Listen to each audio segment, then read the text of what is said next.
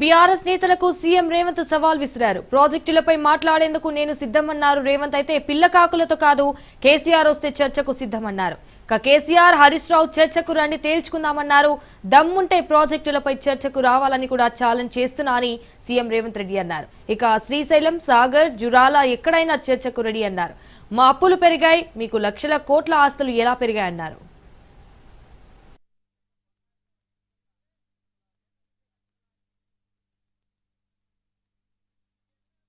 హరీష్ రావు గారు నాకు సవాల్ విసురుతున్నాడు. మీరు ప్రాజెక్టు లేడగట్టిండ్రు, రిజర్వాయర్ లేడగట్టిండ్రు. నేను హరీష్ రావు గారికి టీఆర్ఎస్ నాయకులకు సవాల్ విసిరదలుచుకున్నా. పిల్లకాకులతో నాకెందుకు కానీ అసలైన ఆయన రమ్మని ఆయనతోనే మాట్లాడతా. శ్రీరామ్ సాగర్ మీద మాట్లాడదామా, నాగార్జున సాగర్ మీద మాట్లాడదామా, శ్రీశైలం ఆనకట్ట మీద మాట్లాడదామా, జూరాల మీద మాట్లాడదామా, భీమా మీద మాట్లాడదామా, నెట్టంపాడు మీద మాట్లాడదామా, కోయిల్ సాగర్ కట్ట మీద మాట్లాడదామా, రాజోలి బండ డైవర్షన్ స్కీమ్ దగ్గర మాట్లాడదామా, లేకపోతే మంజిరా పరివాహక ప్రాంతంలో మాట్లాడదామా? చంద్రశేఖర్ రావు గారు, వీళ్ళని కాదు, నువ్వు రా, నువ్వు వస్తే నీకు తెలుస్తుంది మేమేం చేసినాం, మీరేం చేసినాం.